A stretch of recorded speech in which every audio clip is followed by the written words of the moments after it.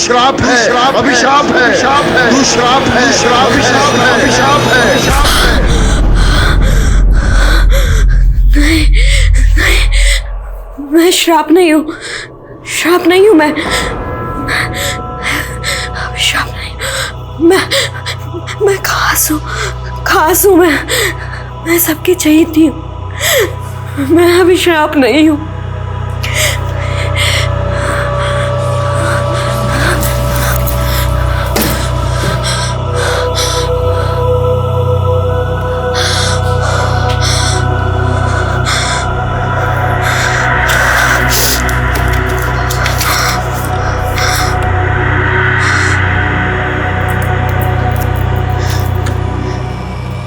मैं खास हूँ, मैं खास हूँ, मैं खास हूँ, मैं खास हूँ, खास हूँ।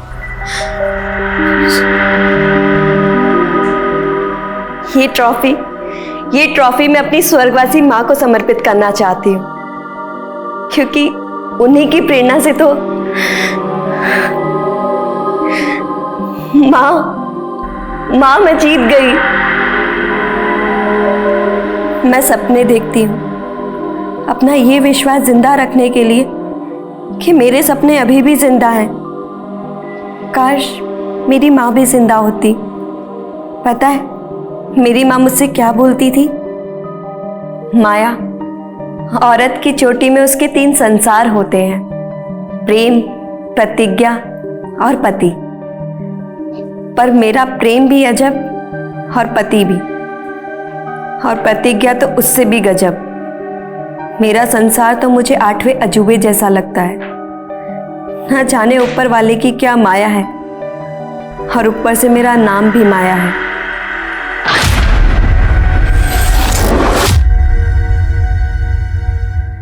नमस्कार, मैं सोनाली कुलकर्णी आपका स्वागत करती हूँ क्राइम पेट्रोल सतर्क के इस नए अध्याय में।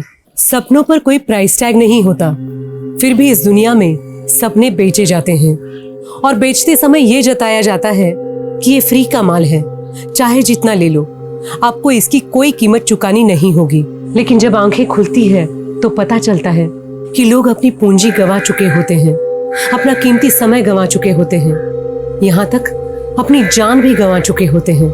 अचंभों से भरी ये एक ऐसी वारदात है जिसे जानकर हमें ये एहसास होगा कि झूठे दिलासों से बेहतर है कि हम सच से चोटिल हो जाए, क्योंकि सच अगर घाव भी देता है तो नसीहत भी बड़ी अच्छी देता है, लेकिन झूठ सिवाय बर्बादी के कुछ नहीं देता।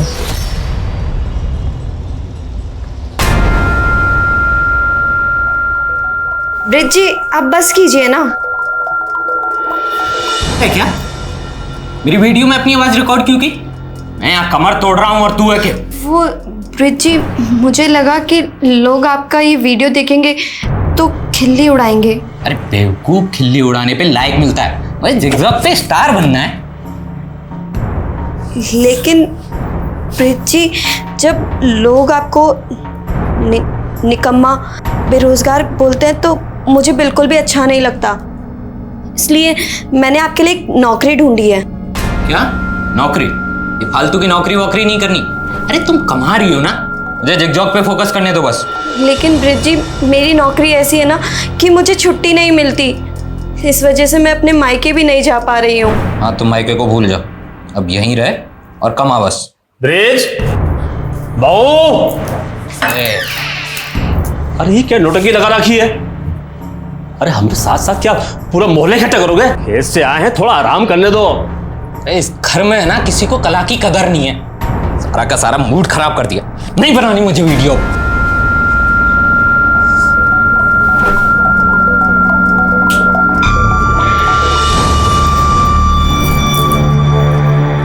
अच्छा हुआ निकल गया।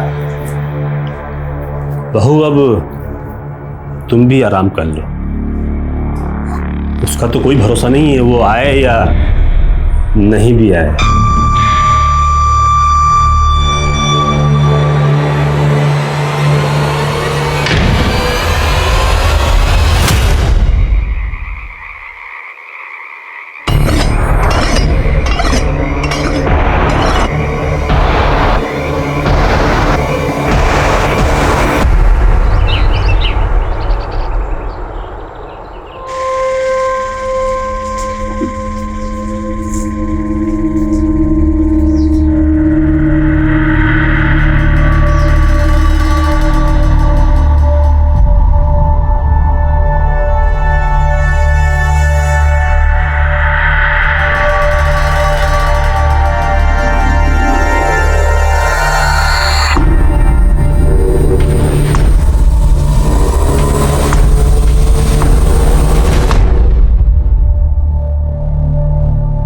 अरे तो ब्रिज की पत्नी है ना, उसको कहाँ से मिल गई ऐसी हूर की परी? कोई परी वरी ना है ये, डायन से भी ऊपर की चीज है। हमारी पत्नी बोल रही थी नागिन जैसी छाल है इसकी।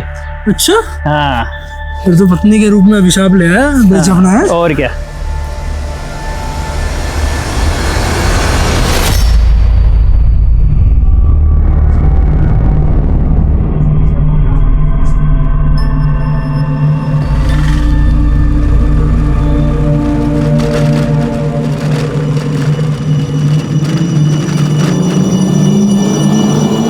चलिए बैठिए, मैं आपको ड्रॉप कर देता हूँ।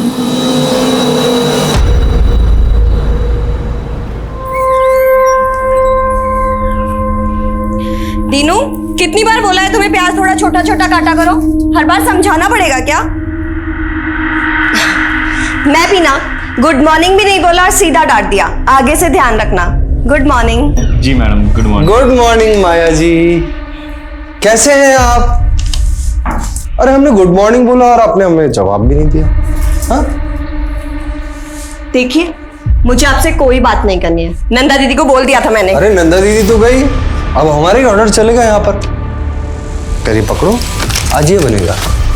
अरे खाने की डिमांड बढ़ती जा रही है आपकी, सैलरी भी बढ़ा देंगे।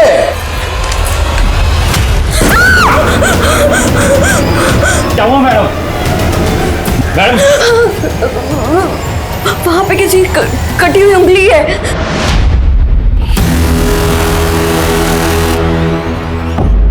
अरे रात को कोई हॉरर फिल्म देखी होगी आपने। यहाँ तो कुछ नहीं है, आपका वहम है ये। अरे चलो चलो अपना काम करो। अरे जाइए अपना काम कीजिए, चलिए जाइए काम कीजिए अपना।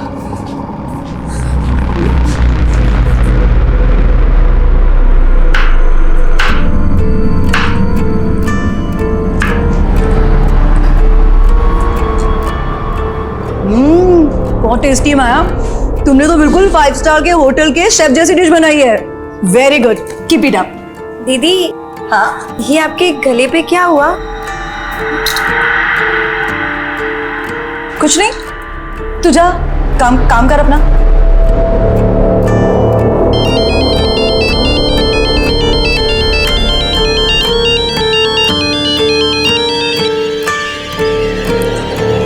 जी बाबा। और माया बेटी, ससुराल में तू खुश तो है ना? हाँ बाबा, आपका मन लग रहा है मेरे बिना? मैं बिल्कुल ठीक हूँ।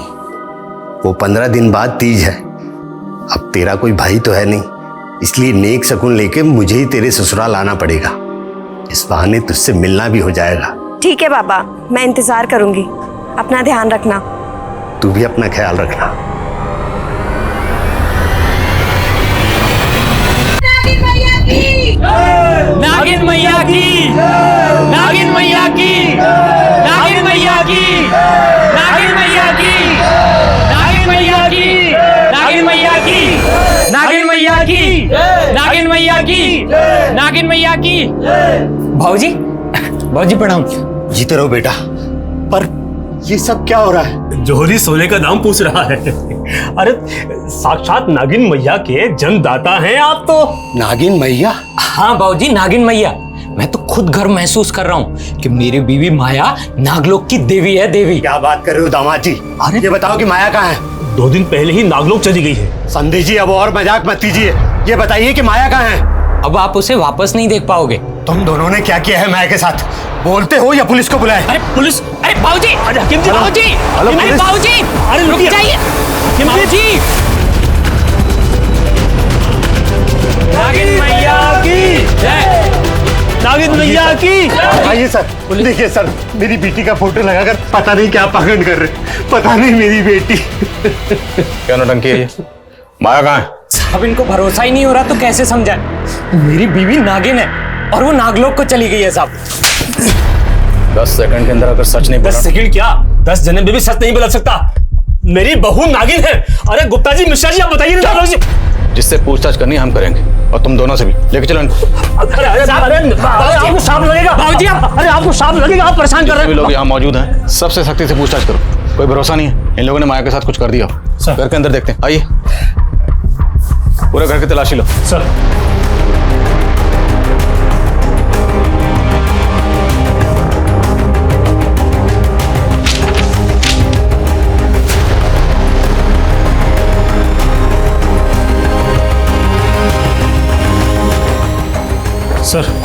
अंदर से दवाइयों का बॉक्स मिलाए। निकालो बाहर।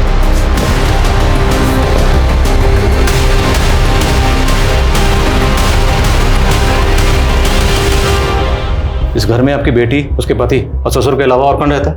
उसका देवर मुकेश। पता करो ये मुकेश कहाँ है।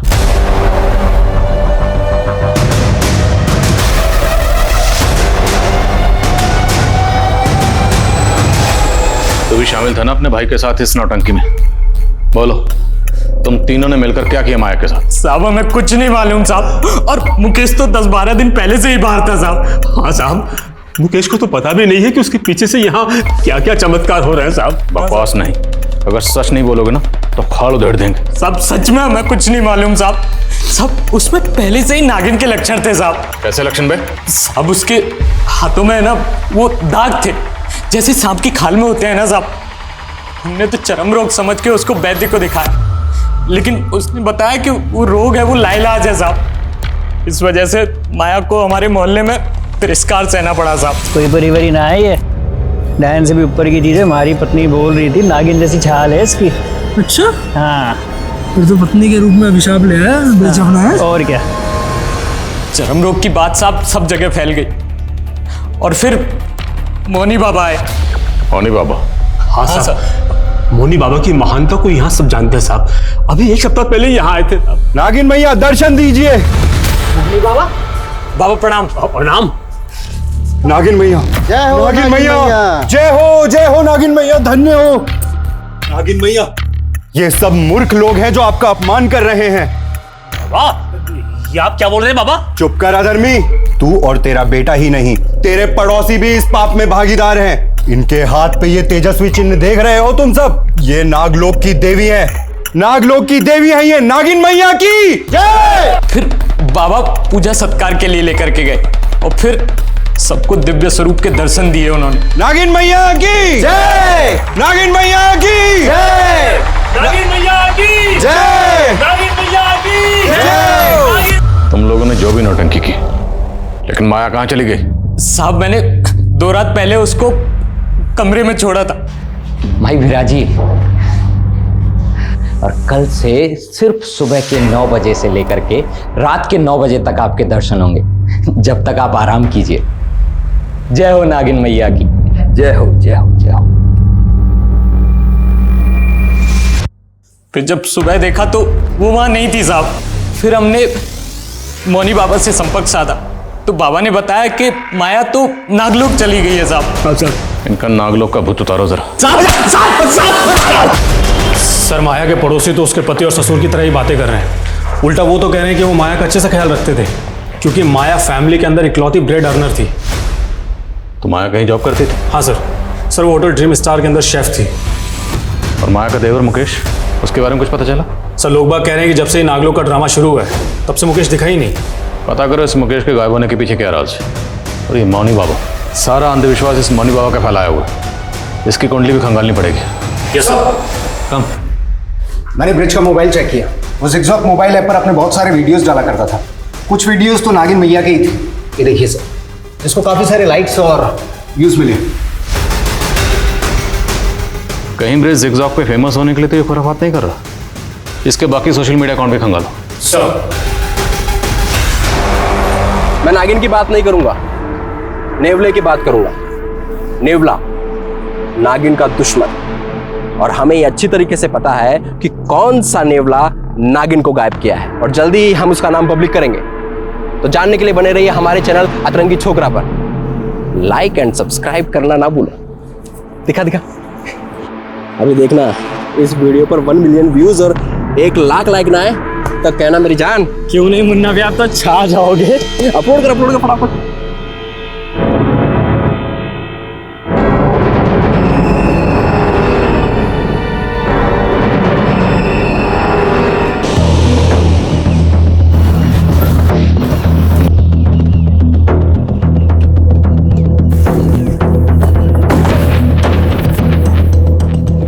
मैं आध्यात्मिक अवश्य हूँ लेकिन अंधविश्वासी नहीं। तो माया नागिन है, नागलोक चली गई है, ये सब क्यों कहा था?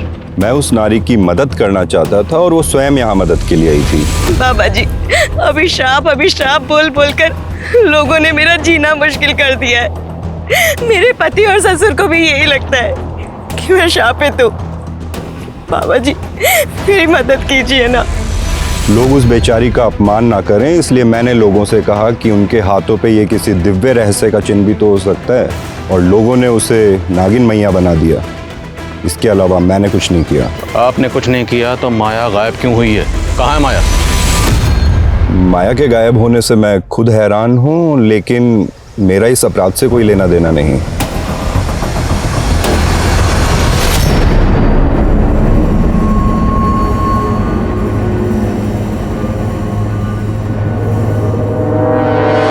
जी सर, माया हमारे यहाँ पर शेफ थी और तकरीबन 12 दिनों पहले वो मुझसे 4 दिनों की छुट्टी लेकर गई थी। दीदी, मुझे 4 दिन की छुट्टी चाहिए थी।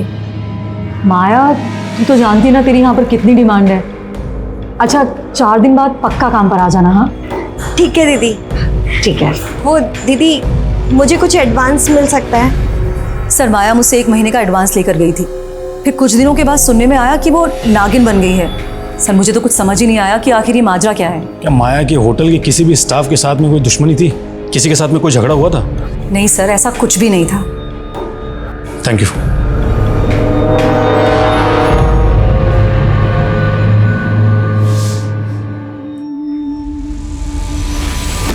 ये लीजिए बाबा, माया का स्पेशल मलाई कोफ्ता, खाइए और दीजिए नंबर। वाह बेटी, तेरे हाथ में तो साक्षात अन्नपूर्णा है, पर ना जाने किसके प्रकोप से तेरे हाथ में ये दाग लग गया। बाबा, मैंने तो इसके बारे में सोचना ही छोड़ दिया। बस मुझे आगे बढ़ना है।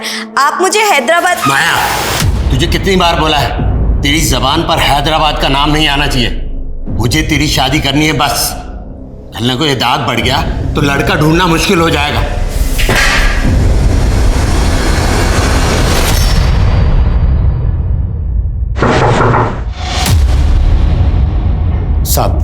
साहब, मेरी बेटी मिली क्या? देखिए, हम उसे ढूंढने की हर मुमकिन कोशिश कर रहे हैं, पर हमें पता चला है कि माया को नागिन बनाने का सिलसिला 1 हफ्ते पहले से चल रहा था। तो इस 1 हफ्ते में आपकी माया से फोन पर तो बात हुई होगी?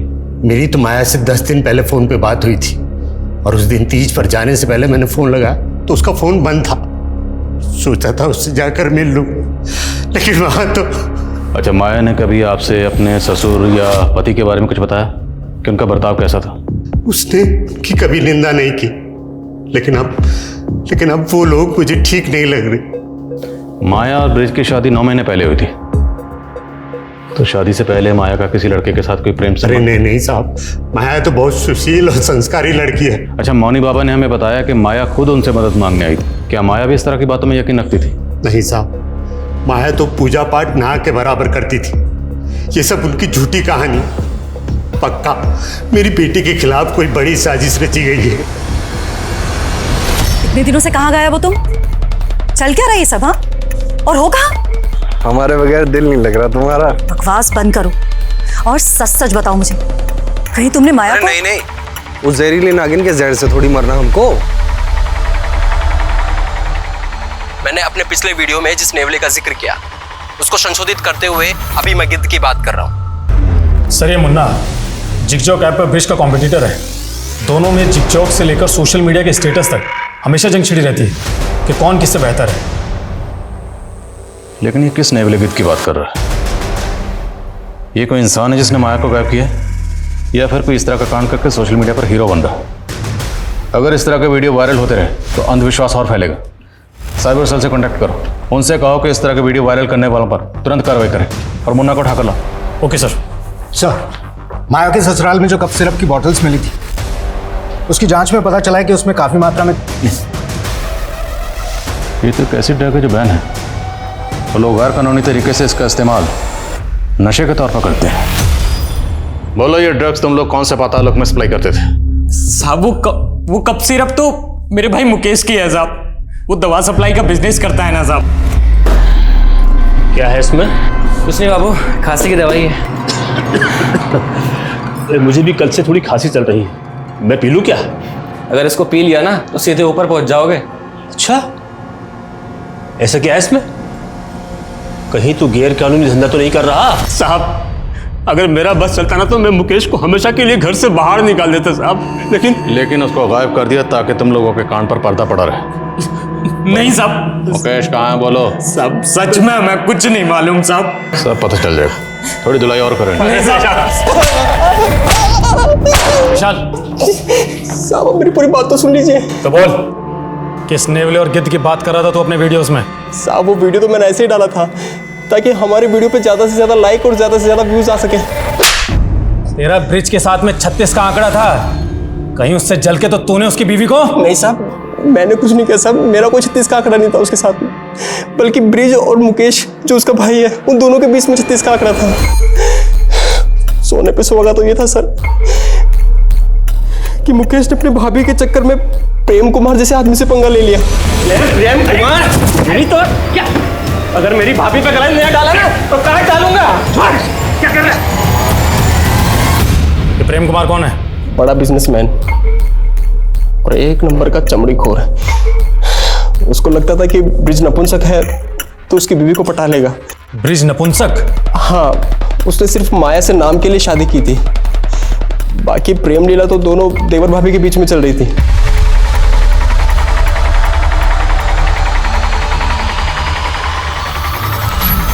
नागलोक का तो पता नहीं, मुझे लगता है कहीं दोनों के दोनों प्रेम लोक में तो नहीं चले गए।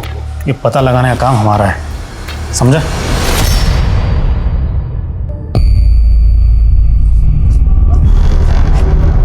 हाय संजना। मैंने तुमसे बोला है ना कि मेरा तुमसे कोई लेना देना नहीं है। संजना, तुमने ही तो मुझसे दोस्ती की थी, अब तुम इस तरह ब्रेकअप क्यों कर रही हो? क्योंकि तुम धोखेबाज हो। तुमने मुझसे क्या कहा था कि तुम्हारा गारमेंट का बिजनेस है और तुम लॉन्ड्री में कपड़े धोते हो। संजना, माना कि मैं लॉन्ड्री में कपड़े धोता हूँ, लेकिन मैं बहुत जल्दी गारमेंट का बिजनेस शुरू करने वाला हूँ। मैं बहुत अमीर होने वाला हूँ और तुमको तो मैं हमेशा खुश रखूंगा। प्लीज प्लीज संजना, मुझसे शादी कर लो। तुम्हारे जैसे आदमी को ना मैं अपना नौकर तक ना रखूं, समझे तुम? बढ़िया है। सर मुन्ना जो भी बोले, माया जब गायब हुई थी मुकेश उसके पहले ही गायब हो गया था। सर कहीं ऐसा तो नहीं कि मुकेश पहले गायब हुआ और माया बाद में, ताकि दोनों के अफेयर्स पे किसी को शक ना हो? लेकिन माया को गायब करने के लिए जो नागलोक का आडंबर रचा गया ना, सबसे पहले हमें इसका राज जानना है। प्रेम कुमार का कुछ पता चला? सर वो अलवर का रहने वाला है, फिलहाल गायब है। सर मुकेश भी प्रेम के लिए काम करता था, दोनों के बीच में काफ़ी कॉल्स होते थे। सर प्रेम का फ़ोन 2 महीने पहले से बंद है, जबकि मुकेश का फ़ोन 10 दिन पहले बाड़मेर में बंद हुआ था।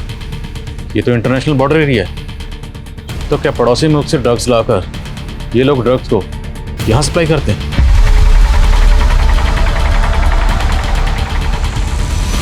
ये काफ़ी सेंसिटिव इशू है। प्रेम कुमार और मुकेश दोनों के डिटेल्स एटीटी और नार्कोटिक्स से शेयर करो। Okay sir. एक बात और सर मौनी बाबा के कई फॉलोअर्स विदेशों में भी हैं और उसने कहा था कि माया उसके पास आती है।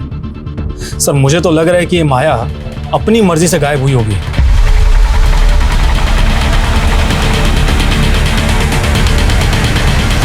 हाँ, लेकिन माया गायब कहाँ हुई? मेरे अंदर से एक आवाज गूंजती है जिस पे मोहित होकर मैं बेचैन हो जाती हूँ। ये आवाज हैदराबाद से आती है बाबा। मैं खुद को वहां जाने से नहीं रोक सकती। मुझे माफ कर देना बाबा। आपकी माया।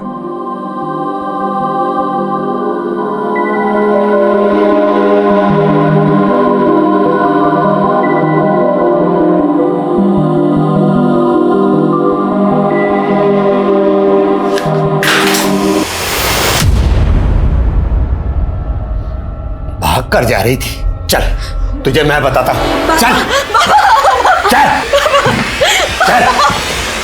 कहां भाग रही थी? 2 दिन बाद तेरी शादी है और तू हैदराबाद भागना चाहती है? बाबा, प्रेम और पति का मेरे जीवन में कोई स्थान नहीं है। मैं केवल अपनी प्रतिज्ञा पूरी करना चाहती हूँ बस। जब तक तेरी शादी नहीं हो जाती तो इसी रूप में रहेगी। बाबा नहीं, बाबा नहीं, प्लीज दरवाजा खोलो बाबा।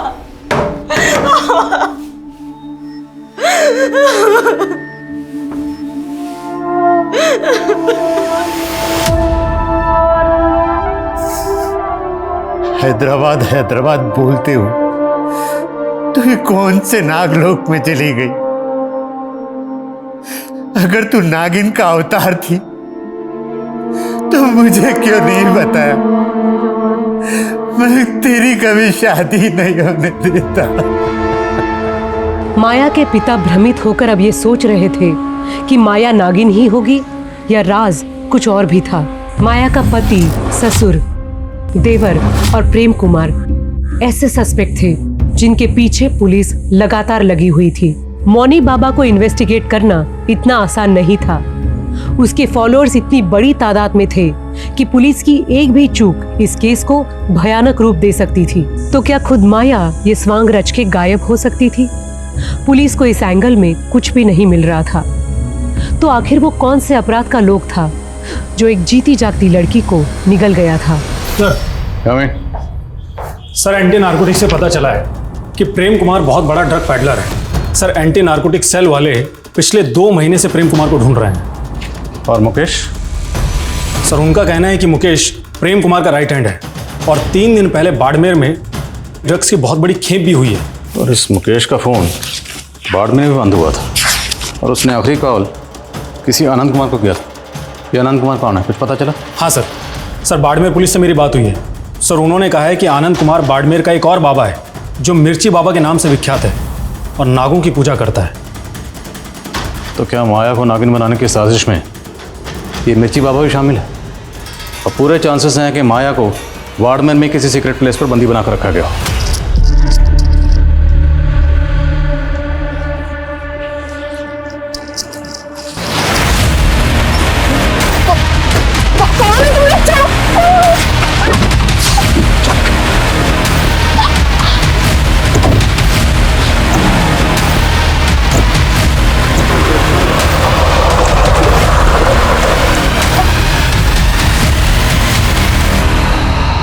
अरे साहब, मैं किसी प्रेम कुमार को नहीं जानता और ना मैं किसी माया को और ना मुकेश को। देखो उधर, अब उधर गौर से देख, अब बोल, दोनों को जानता है? नहीं जानता साहब। नहीं जानता ना, कोई बात नहीं, इसको थाने लेकर चलो, वहाँ पूछते हैं। नहीं साहब, मैं सिर्फ इस लड़के को जानता हूँ पर इसका नाम भी नहीं पता मुझे। पर कुछ दिन पहले हमारे पास आया जरूर था। बाबा जी, मुझे एक नागिन को वश में करना है, कुछ उपाय बताइए ना। नागिन तो सिर्फ उसी के बस में आती है जिसके पास सिद्ध नागमणि हो। सिद्ध नागमणि? वो कैसे मिलेगी मुझे? उसको नागमणि के लिए उतावला देख के मैंने सोचा कि उससे अपनी तंत्र साधना के लिए भी एक खोपड़ी का इंतजाम कर लूँ। वो सब कुछ ला देगा तो मैं उसे एक चमकीला पत्थर दे के बोल दूंगा कि यही नागमणि है। तो सब लेकर आया था? नहीं साहब, वो दोबारा नहीं आया। अच्छा, वो किस नागिन की बात कर रहा था? नहीं, उसने बताया तो नहीं, पर वो नागमणि के लिए जरूर यहाँ आएगा।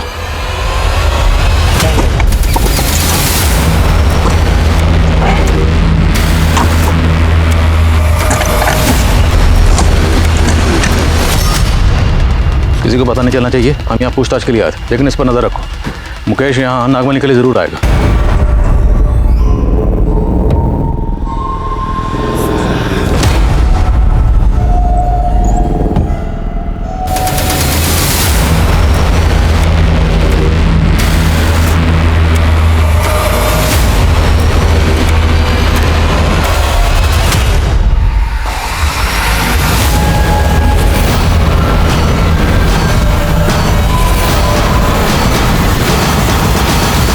अरे उस लड़की को लक्ष्मीनगर छोड़ दे और यार कल का इंतजाम देख। अब भाई देख, रोज रोज बासी माल थोड़ी खाएंगे, कोई अच्छी सी नई लेकर आ यार। हाँ ठीक है।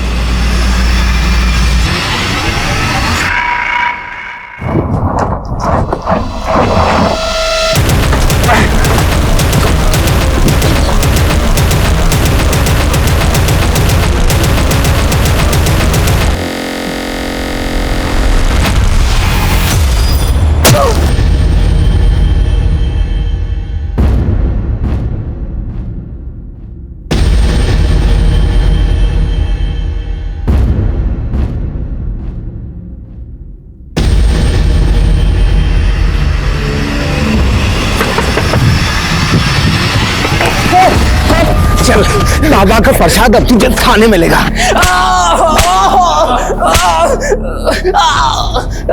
माया कहाँ? सर मुझे नहीं पता माया कहाँ है। सर मैं मानता हूँ कि मैं ड्रग्स का धंधा करता हूँ, लेकिन नागमणि पाकर मैं सिद्धि हासिल करना चाहता था ताकि माया भाभी को नागलोक से वापस अपनी जिंदगी में ला सकूं। तेरा चक्कर चल रहा था ना तेरी भाभी के साथ? नहीं सर, मैं तो उनको पति के जुल्मों से बचा रहा था। सर ब्रिज उनका पति खिलाने के भी लायक नहीं है। देखो, जिगजॉग पे तो मैं छाया हुआ हूं, लेकिन माया मुझे पूरी दुनिया को बताना है कि मैं नपुंसक नहीं हूं। इसलिए तुम्हें बच्चा पैदा करना होगा। ऐसे क्या ताड़ रही है? किसी और के साथ सुला रहा हूं तुझे। फिर मुझे पता चला कि मेरा भाई ब्रिज प्रेम कुमार को माया भाभी के साथ सुलाने का सौदा कर रहा था। देखो भाई, बच्चा तो मैं डाल दूंगा, लेकिन एक बार से मेरा मन भरेगा नहीं।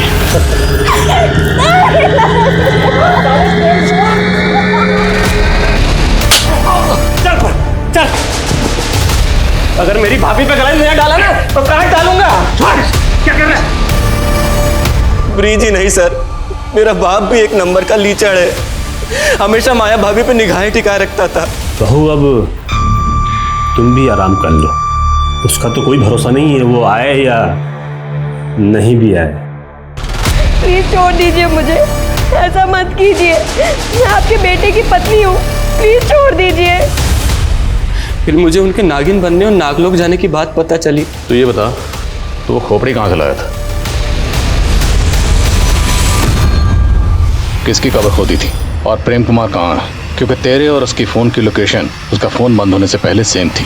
2 महीने पहले उसे मारकर गाड़ दिया था। फिर जब मिर्ची बाबा ने खोपड़ी मांगी तो कब्र से प्रेम की खोपड़ी निकाल ली। सर मैं आपके हाथ जोड़ता हूँ, आप चाहे तो मुझे सूली पे चढ़ा दीजिए, लेकिन नागमणि से मुझे माया भाभी को हासिल करने दीजिए सर। अबे कोई नागमणि नहीं है, क्यों बेवकूफ बने हो? वो मिर्ची बाबा तुम्हें बेवकूफ बना रहा था। वो सब कुछ ला देगा तो मैं उसे एक चमकीला पत्थर देके बोल दूंगा कि यही नागमणि है। बोलो, माया कहाँ है? ब्रिज और उसका पिता विष्णु इस बात से लगातार इनकार कर रहे थे कि उन्होंने माया से प्रोस्टिट्यूशन या उसका शोषण करने की कोशिश की। पुलिस नागलोक को किसी आपराधिक क्षेत्र का कोड नेम भी मान रही थी। क्या पुलिस सही दिशा में काम कर रही थी? माया के गायब होने का रहस्य अब इस केस को किस आयाम पे ले जा रहा था? मैं जिंदगी के एक ऐसे नर्क लोक में थी जहां माँ की कही हर बात झूठी साबित हो रही थी। मेरी किस्मत में प्रेम और पति का संसार नहीं था, लेकिन मेरी प्रतिज्ञा की लौ अब भी चल रही है। और चाहे कुछ भी हो जाए, मैं अपनी प्रतिज्ञा जरूर पूरी करूंगी।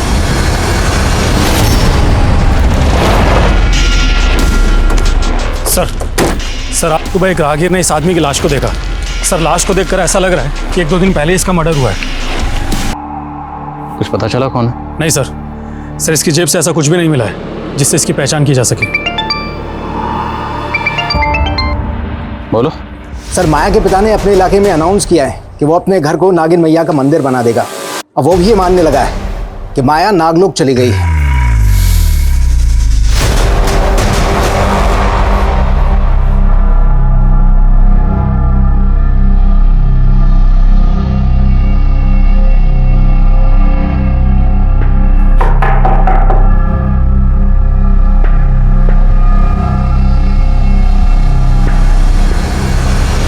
ये सब क्या है? आपने भी अपनी बेटी माया की पूजा शुरू कर दी? इतने दिनों में आप माया का कुछ पता ही नहीं लगा पाए, तो मैं क्या करूं? मुझे लगा कि कहीं मैंने अपनी बेटी की शक्तियों का अनादर किया और मुझे परलोक में दंड भुगतना पड़ा तो। आप वाकई इतने सीधे हैं? ये सीधेपन का नाटक कर रहे हैं? नाटक नहीं कर रहा मैं, नाटक नहीं कर रहा। मेरी बेटी के चले जाने पर पागल सा हो गया। मैंने हमेशा अपनी बेटी की इच्छाओं का अनादर किया। काश कि मैंने उसकी बात बहुत पहले ही मान ली होती और उसे हैदराबाद भेज दिया होता। तो हैदराबाद में ऐसा क्या? हैदराबाद में बहुत बड़ा स्कूल जहां पर कुकिंग सिखाई जाती। मेरी बेटी भी कुकिंग सीखना चाहती थी ताकि वो आगे बढ़ सके और 5 स्टार होटल में सेफ बन सके। हैदराबाद में जितने भी कुकिंग इंस्टीट्यूट हैं सब जगह पता करो क्या हाल फिलहाल में माया ने उनसे कांटेक्ट किया था, और जिस होटल में शेफ थी वहाँ भी पता करो, शायद वहाँ किसी से उसने उस कुकिंग इंस्टीट्यूट का जिक्र किया। सर माया अगर अपनी मर्जी से हैदराबाद गई हो तो ज़रूर इसके पीछे कोई बड़ा मकसद होगा। क्या ये भी हो सकता है कि माया की रची हुई कोई चाल हो? माया के फादर पर नजर रखो और माया की तस्वीर इंडिया के सभी थानों में सर्कुलेट करवाओ। सर जिस आदमी की बॉडी हमें मिली सर उसका नाम रामेश्वर था। बड़े मोहल्ले के एक लॉन्ड्री में कपड़े धोता था। सर रामेश्वर अनाथ था, लेकिन पूछताछ के दौरान पता चला है कि उसका संजना नाम की एक लड़की से अफेयर था। और सर ये संजना काफ़ी रईस और खानदानी लड़की है। इतनी अमीर लड़की का अफेयर एक मामूली लॉन्ड्री वर्कर से, क्या ये ऑनर किलिंग का एंगल है? संजना को बोलो। Yes sir.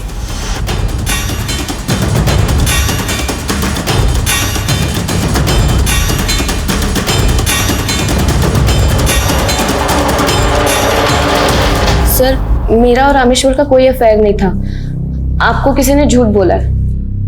कहीं आप तो झूठ नहीं बोल रहे अपनी फैमिली या किसी और को बचाने के लिए? सर रामेश्वर मुझे बहुत परेशान करता था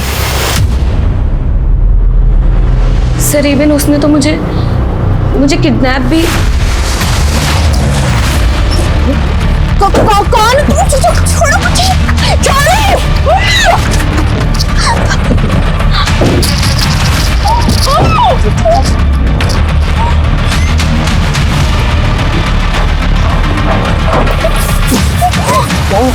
स्टॉप करना गाड़ी जल्दी। अरे देख रुक। संजना मैं तुमसे सच्चा प्यार करता हूँ और अब तुम्हारी मेरी शादी होकर रहेगी।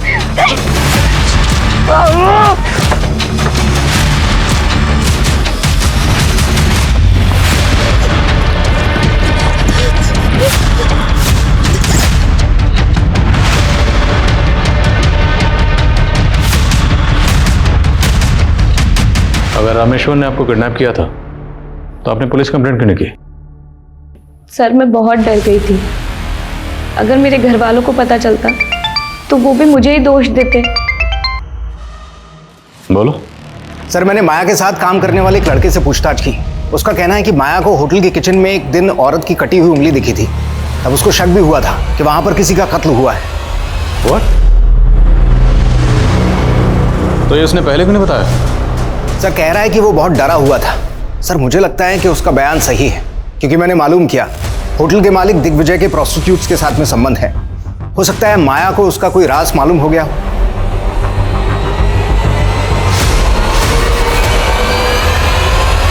सर फॉरेंसिक टीम किचन में लेके जा। चलिए। सर माया ने वो सब कुछ मुझे भी बताया था, पर वो उसका वहम था। वहम था या हकीकत, ये तो फोरेंसिक पता लगा लेगी। ध्यान रहे खून के धब्बे कितने भी पुराने क्यों ना हो, सब पता चल जाएगा। फिलहाल आप ये बताइए कि आपके पतिदेव कहाँ हैं? दिग्विजय।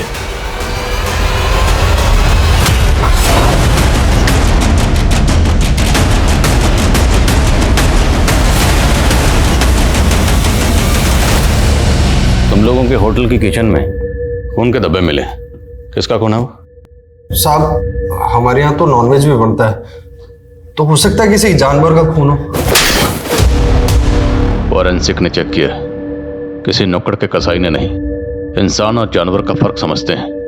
बोलो किसका खून? नहीं। सब मैंने नहीं मारा उसे, ये सब इसकी करतूत है। सब इसे सेक्स की आदत है, जानवरों की तरह नोचता था मुझे, तो मैंने अपनी खैर मनाने के लिए प्रोस्टिट्यूट के साथ सोने को बोल दिया।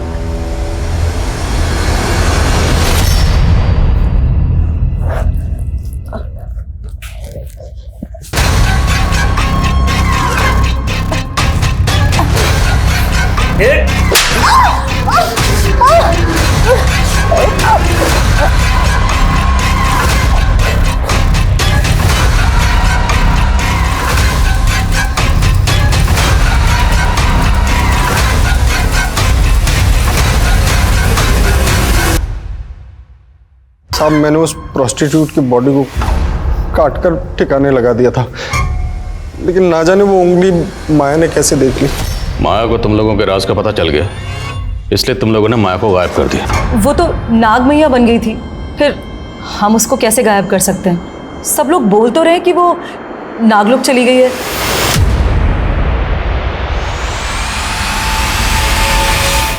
सर, हमने इंडिया के पुलिस हेडक्वार्टर्स और कुकिंग इंस्टीट्यूट्स में भी इंक्वायरी की। हर सस्पेक्ट को खंगाला, लेकिन समझ नहीं आ रहा है कि माया का गायब होने के पीछे रहस्य क्या है। ये सोशल मीडिया पोस्ट, ये अखबारों की सुर्खियां, ये सब के सब इस अंधविश्वास को बढ़ावा देने में लगे हो। सर काफी पूछताछ करने के बाद रामेश्वर के एक दोस्त के बारे में पता चला है जो कि फिलहाल गायब है। कौन दोस्त? सर किरण। सर रामेश्वर के सोशल मीडिया अकाउंट पर उसका फोटो मिला। सर किरण और रामेश्वर को कई लोगों ने एक साथ में देखा था, लेकिन सर रामेश्वर के किसी भी दोस्त से किरण का कोई पता ठिकाना नहीं मिल रहा है। संजना की बात अगर सही है तो संजना की किडनैपिंग में जो दूसरा लड़का था, मुमकिन है वो लड़का ये किरण ही हो। इस किरण के लिए लुकआउट नोटिस जारी करो। गाइस, इस केस में रिविजिट करो। कहीं ना कहीं कुछ ना कुछ है जो इस केस में हम मिस कर रहे हैं। हमें ये केस जल्द से जल्द सॉल्व करना है। सर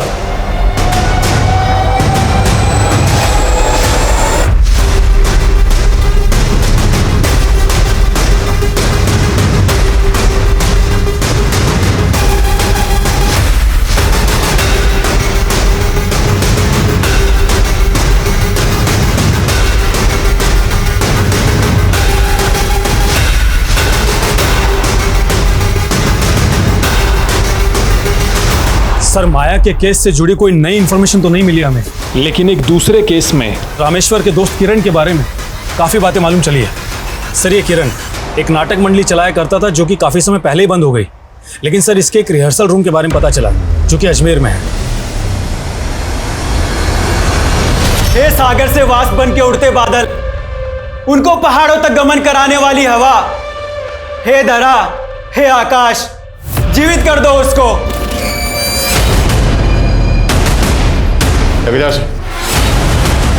चल छोड़ दो मुझे, चल अब तो उसको जिंदा करना, छोड़ दो, चल छोड़ो हमें।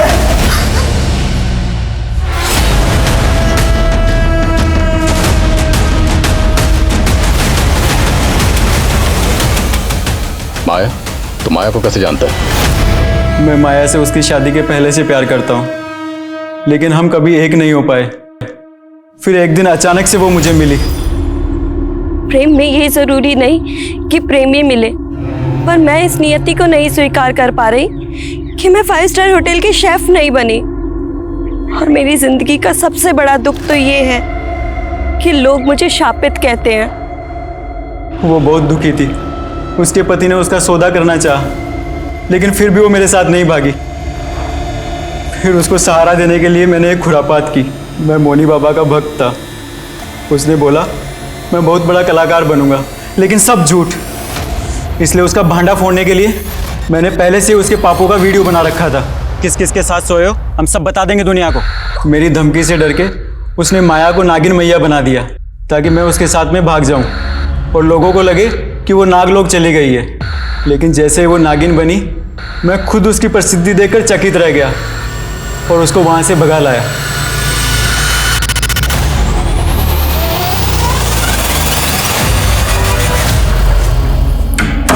किरण, हम हैदराबाद कब जाएंगे? अब तुम हैदराबाद भूल ही जाओ। नागिन मैया की प्रसिद्धि शेफ बनने की प्रसिद्धि से बहुत बड़ी है। अब तुम भी अपने पैर मेरे साथ यहीं जमा लो। इतना चढ़ावा आएगा ना कि सारा कड़की खत्म हो जाएगा। मतलब तुम भी मुझे इस जंजाल में बांध कर रखना चाहते हो, सिर्फ अपने स्वार्थ के लिए? अगर मैं उसे हैदराबाद ले भी जाता तो आपके झमेले में फंस जाता, इसलिए मैं उसको टालता रहा और कुछ ऊपर की कमाई के लिए लोगों को उसके साथ सुलाने भी लगा। और जब वो तेरी गिरफ्त से भागना चाह रही थी तो ने मार दिया उसको। साहब, मैंने माया को नहीं मारा, लेकिन उसको भगाने में रामेश्वर की मदद ली और रामेश्वर को अंधविश्वास दिया कि अगर वो नागिन मैया की सेवा करेगा तो रईस बन जाएगा। लेकिन उसकी गर्लफ्रेंड ने उसको छोड़ दिया और उसका मोह भंग हो गया। कहने लगा कि वो सब कुछ पुलिस को बता देगा। फिर इसी शर्त पे माना कि जिस तरह से हमने माया को उठाया था उसी तरह से संजना को भी उठा ले। कौन? छोड़ो मुझे, छोड़ो।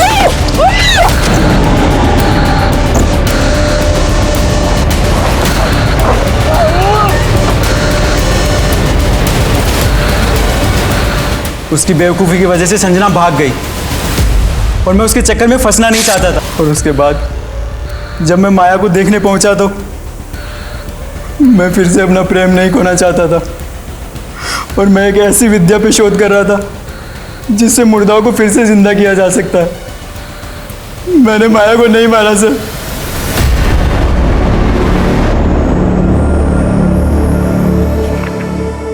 जिंदगी में मेरे हर रिश्ते ने मुझे छला है और आज मैं ये आखिरी पन्ना लिख रही हूँ। ये समय भी आखिरी है। अब मेरा संसार खत्म हो चुका है, इसलिए मैं भी खत्म।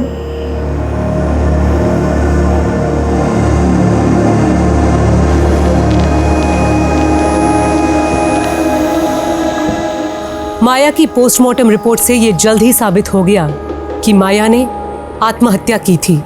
माया एक अरसे से अपने सपनों को पूरा करने की उम्मीद में जी रही थी। वो अपनी तकलीफों से भी जूझ रही थी, लेकिन वो अगर कानून से मदद लेने का हौसला रखती तो शायद उसकी उम्मीदों को भी हौसला मिल जाता। पर किरण पर भरोसा करने की उसकी एक गलती ने अंधविश्वास का ऐसा माहौल बना दिया कि वो मुसीबतों से निकलने के बजाय उनमें फंसती ही चली गई। इतिहास गवाह है, अंधविश्वास हमेशा अपराध को ही जन्म देता है और फिर एक ऐसे निराशावाद का जन्म होता है जिससे मनुष्य और समाज का उत्थान रुक जाता है, जो हम सबके लिए घातक है। अब मैं सोनाली कुलकर्णी आपसे विदा लेती हूँ। फिर मिलेंगे एक ऐसे ही चौंका देने वाले केस के साथ क्राइम पेट्रोल सतर्क जस्टिस रिलोडेड में। तब तक अपना और अपने परिवार का ख्याल रखिए। आप जानते हैं हम सब एक मुश्किल दौर से गुजर रहे हैं। कृपया मास्क पहने, सैनिटाइजर का इस्तेमाल करें और सोशल डिस्टेंसिंग बनाए रखें। देखते रहिए क्राइम पेट्रोल सतर्क। जय हिंद।